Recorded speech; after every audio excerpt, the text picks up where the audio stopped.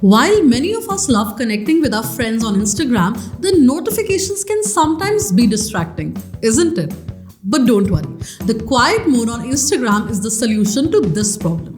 The quiet mode pauses the notifications so that you can take a break and focus on other things.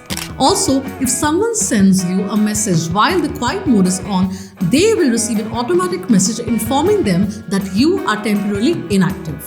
Turning it on is super easy. To do it from your smartphone, go to the profile section of your Instagram account, tap the three horizontal lines in the top right corner, go to the notifications options, tap the quiet mode option, toggle on the option on the sleep mode. To turn off the quiet mode, go back to the notifications option and switch off the toggle button.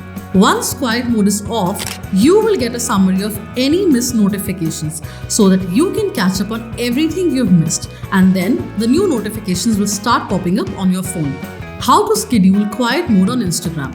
You can also schedule quiet mode according to your daily routine so that you don't have to enable it again and again. Here's how to do it. Go to your Instagram profile section, go to the notifications option from the three horizontal lines on the top right. Go to the quiet mode, toggle on the option on sleep mode.